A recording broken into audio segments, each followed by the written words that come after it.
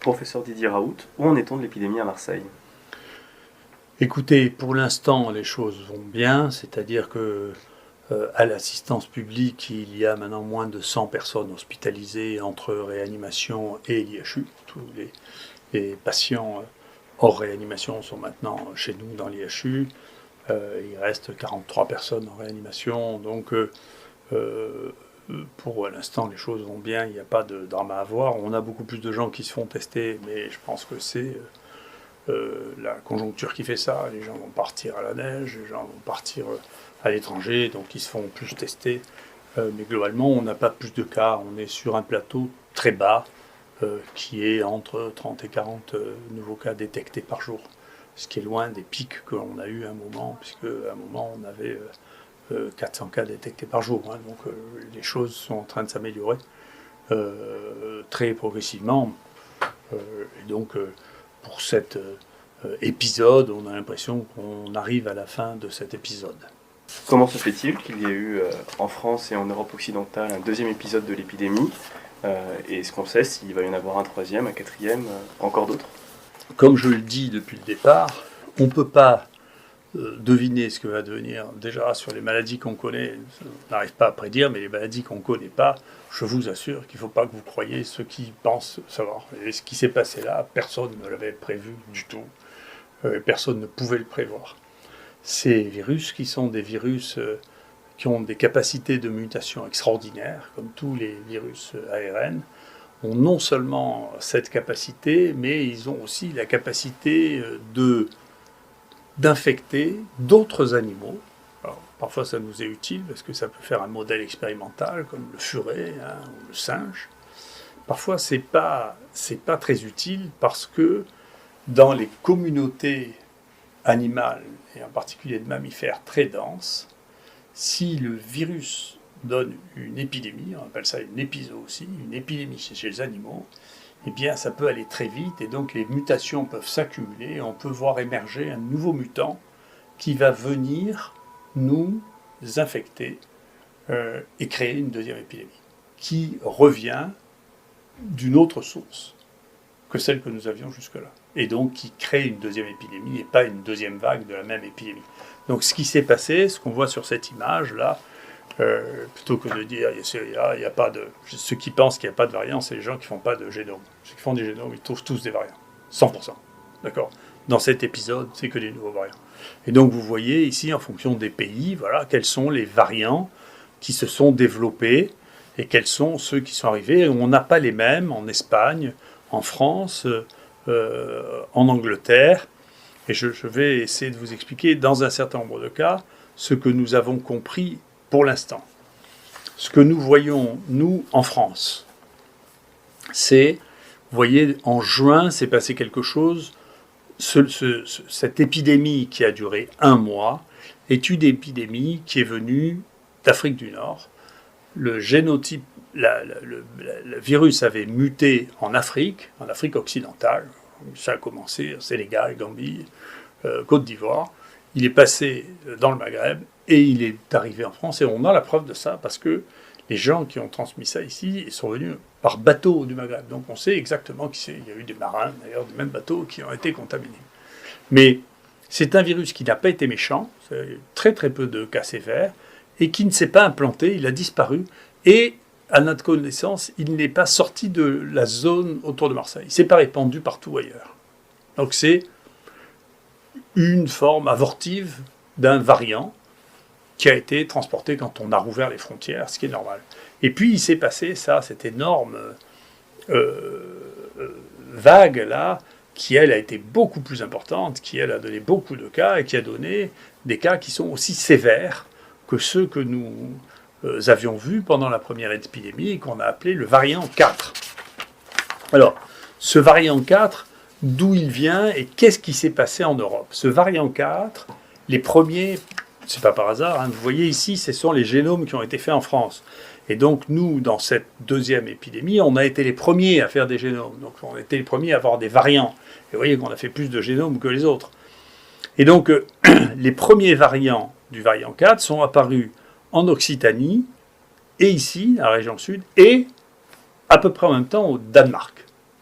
Donc les premiers cas, dans les 6 premiers cas, il y en a 5 qui viennent du sud de la France et un qui vient du Danemark. Et le Danemark, ça pose une question, et ça pose une question extrêmement complexe, qui est celle-là. C'est que le Danemark est le pays dans lequel il y a le plus d'élevage de visons. Le vison, c'est comme le furet. Le furet, je vous rappelle, c'est le modèle expérimental de cette maladie. Et donc, chez le vison, il y a eu des épidémies épouvantables de virus variants. Ici, vous avez tous les génomes qui ont été séquencés à partir de visons du Danemark, et ici en bleu, tous les génomes de visons qui ont été séquencés de Hollande. C'est juste à côté de nous. Et donc, il s'est répandu une épidémie, une épizootie chez les visons, qui a généré des génotypes différents. Et les gens qui s'occupaient des visons ont été malades. Donc, le virus est passé de l'homme au vison, et il est passé du vison à l'homme. Pour l'instant, les cas qui ont été décrits au Danemark sont des cas sporadiques. Nous, dans l'état de ce que nous voyons sur le plan épidémiologique, on redoute que notre variant 4, qui a commencé par la France et le Danemark et qui a envahi ensuite toute l'Europe, mais qui est passé juste après à côté du Danemark, en Irlande, en Grande-Bretagne et puis ensuite en Europe, on redoute qu'il soit venu aussi des élevages de visons. On verra bien à un moment s'il y a des séquences qui ressemblent à ça, mais les racines profondes de ce que nous avons sur le variant 4 nous laissent penser que c'est probablement les visons. Donc il y a vraiment quelque chose à faire. En France, il y a eu un élevage de visons qui a été atteint, dont les animaux ont été abattus. Il en reste 3. Il faut avoir une veille très très précise sur ces élevages de visons, parce que les visons, comme sont des mammifères qui vivent dans des conditions, quand ils sont élevés, dans des conditions de densité de population extrême, qui favorisent, toutes les épidémies sont favorisées par la densité d'une espèce animale unique dans un endroit restreint. Et donc, on connaît, chez les animaux sauvages, ce sont essentiellement les chauves-souris, parce qu'il peut y avoir parmi toutes les espèces de chauves-souris, des chauves-souris qui vivent à 10 000 ensemble, ou 100 000 ensemble. Donc, c'est des colonies absolument énormes. Et les visons, c'est la même chose. Là, rien qu'en Danemark, ils ont abattu 13 millions de visons. Donc, c'est des populations énormes qu'il y a. Et c'est quand vous avez une épidémie là-dedans, la vitesse de changement des virus est considérable. C'est ce qu'on voit. Là, d'ailleurs, à chaque fois que vous voyez une longue branche, ici, ça veut dire qu'il y a un mutant nouveau qui est apparu et qui est distant du mutant original. Et ça, c'est lié à la vitesse de circulation du virus. Plus le virus circule rapidement dans une population limitée et très dense, plus il évolue rapidement. Les mutations font partie de la vie des virus ARN. Tous les virus ARN mutent. Tous. Le virus du sida, le virus de... Bien entendu, on appelle ça même des quasi-espèces. Le virus du sida, quand vous prélevez quelqu'un qui a un sida à une semaine d'intervalle, vous allez voir, s'il a encore du virus circulant, que ces virus circulants ne sont pas exactement les mêmes que ceux qu'il y avait une semaine avant. Ça ne veut pas dire que ces mutations vont être associées à plus de gravité. Parfois même, c'est associé à moins de gravité, mais ça entraîne des mutations permanentes. Donc pour l'instant, le seul problème vraiment qu'on connaisse, c'est que ça risque de poser des problèmes d'antigénicité, c'est-à-dire d'efficacité de la protection acquise par la maladie ou par un vaccin. Et donc ça, c'est une véritable question, c'est-à-dire que la surveillance de ces clones doit amener à avoir une réflexion sur la composition vaccinale qui doit intégrer plusieurs variants pour être sûr qu'on est bien capable de protéger les gens, puisque nous, par exemple, on a eu maintenant, 16 ou 18, on est en train de confirmer ça, personnes qui ont fait une maladie pendant la première période épidémique, en mars-avril, et qui ont fait une deuxième infection avec ce mutant 4, qui est celui-là, le bleu, qui est en train de sévir actuellement. D'accord ? Donc, l'infection naturelle par le premier ne protège pas contre le mutant 4, ce qui doit amener à réfléchir pour la réalisation d'un vaccin. Et concernant le traitement, où en est-on ? Il y a 3 choses. Il y a une bonne nouvelle, c'est que en Italie, le Conseil d'État a tranché en disant qu'on ne pouvait pas poursuivre quelqu'un parce qu'il donnait de l'oxychloroquine pour le traitement du Covid-19, ce qui fait que il sera difficile de continuer à dire qu'on est des charlatans si on utilise l'hydroxychloroquine dans cette indication, alors que l'Italie reconnaît qu'il n'y a pas que ceci ne représente pas une faute susceptible d'être poursuivie. Donc ça éclaire un peu les choses. Il est d'ailleurs assez intéressant de voir que c'est une situation qui pour moi a été unique, si vous voulez, c'est qu'il y a maintenant, se développent maintenant des scientifiques d'autorité. C'est-à-dire il y a des gens qui ne sont pas des scientifiques. Si on regarde, moi je sais ce que c'est qu'un scientifique. J'ai présidé mon premier conseil scientifique en 1989. C'est pas très récent, c'était à Marseille. Puis ensuite j'ai présidé le conseil scientifique pour la médecine et la chirurgie au niveau du pays, au ministère de la Recherche, en 1993. On a une vraie idée de ce qu'est l'évaluation scientifique. Je passé vas-y à faire ça. Et donc il y a des gens qui n'ont aucune production scientifique et qui vous disent, écoutez, ce que vous dites n'est pas scientifique, ou c'est du charlatanisme, ce que vous faites à nous, c'est ridicule. Vous voyez, donc il y a des gens qui ont une autorité, que ce soit le Conseil de l'ordre, que ce soit les comités de protection des personnes. Là, on a envoyé une situation qui est un peu invraisemblable.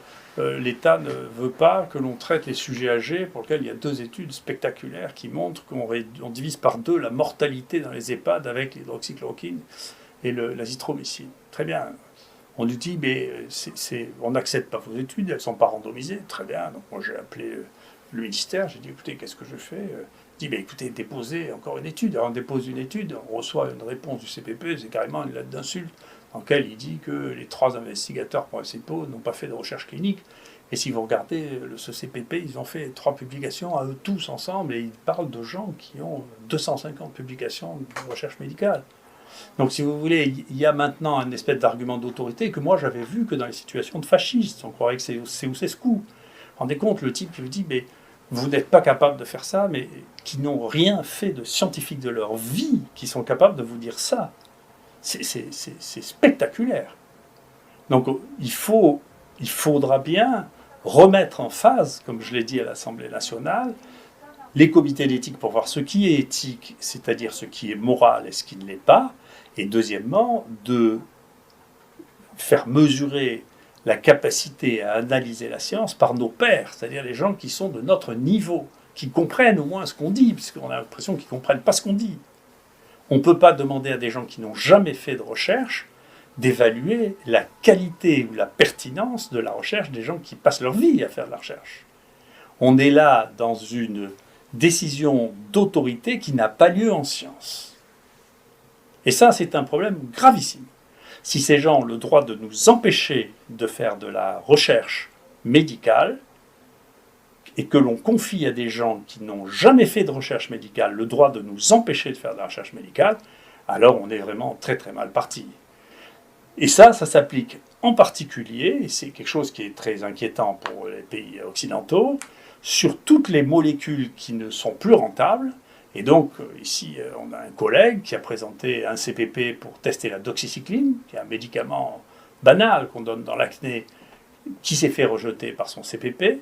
Il a proposé de faire, dans un autre contexte, de la chloroquine, il a été rejeté par son CPP, c'est-à-dire que toutes les propositions sur des molécules anciennes sont rejetées dans ce pays par des gens dont la formation scientifique n'est pas comparable à celle des demandeurs. Et donc, ça nécessite une réflexion de fond, qui est cette dérive de pouvoir des gens qui ont une expérience scientifique très modeste pour empêcher les gens de faire de la science. C'est quelque chose qui est quand même extraordinairement intéressant. D'accord ? C'est pareil pour la NSM, quand Dominique Marinaki donnait son avis, Dominique Marinaki est un grand scientifique qui a une très grande expérience de l'évaluation scientifique. Quand c'était Dominique Martin, il n'y a aucune expérience scientifique. C'est pas d'où ça sort, ça. C'est pas vrai. C'est des gens qui sont passés à travers les rites administratifs. Donc il faut faire attention de ne pas confondre les décisions d'autorité et les évaluations scientifiques, parce que ce n'est pas de même nature. Et pour en revenir aux évaluations scientifiques, donc sur l'autorité, très bien, au moins les autorités italiennes, on verra ce que diront les autorités françaises, sont revenus à des raisonnements de base. Et ça, c'est pas nous qui faisons ça, hein, c'est un site que vous pouvez consulter. C'est quelqu'un qui a analysé 169 publications qui sont actuellement disponibles online en mettant toutes les références, donc que tout le monde peut vérifier pour voir ce que sont les résultats de l'hydroxychloroquine. Il note très nettement que l'Amérique est très franchement hostile et que presque tout ce qui ne marche pas se passe en Amérique, pour des raisons qui sont probablement des raisons de confusion avec d'autres stratégies thérapeutiques.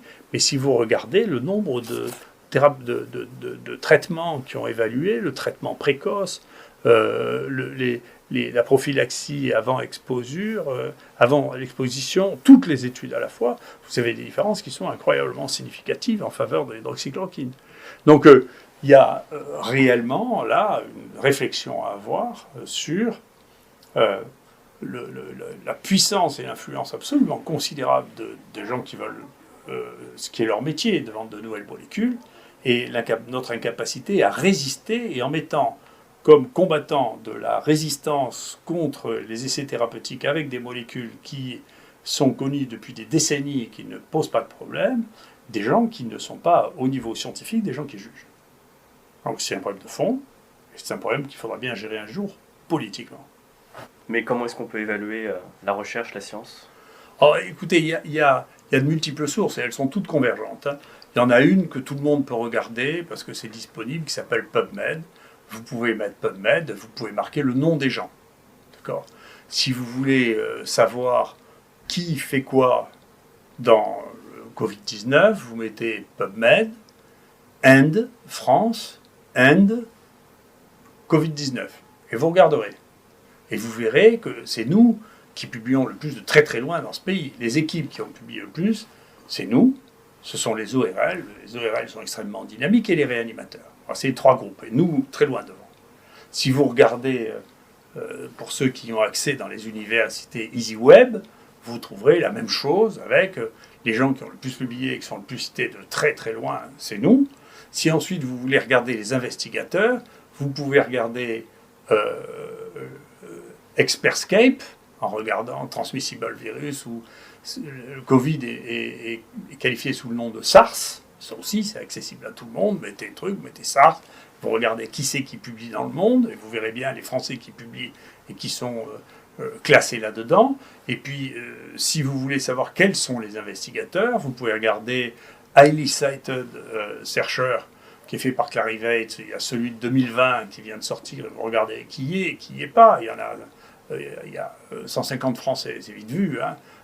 Et puis, si vous voulez regarder individuellement la puissance scientifique des uns et des autres, vous pourrez regarder Google Citation. Alors, il y a que ceux qui sont d'accord pour qu'on compte leurs citations, et vous regardez leur nombre de citations et leur H-factor. Et puis, tout ça, c'est congruent.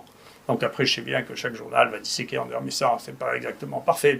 Vous savez, il y a 5 manières de le mesurer, elles disent toutes la même chose, hein. Donc au bout d'un moment, on ne peut pas casser les 5 thermomètres à la fois. C'est une manie, ça, quand on n'est pas bon, que de dire que le thermomètre n'est pas bon. Enfin, quand vous voulez tous les thermomètres qui disent la même chose, à la fin, ça veut dire quelque chose. Donc, au bout d'un moment, il faut arrêter. On sait très bien qui c'est qui fait de la science et qui c'est qui en parle sans la faire. Il y a des gens qui s'emparent de la science pour en faire un pouvoir qui est démesuré par rapport à leur capacité scientifique, et il faut arrêter. Voilà. Merci beaucoup.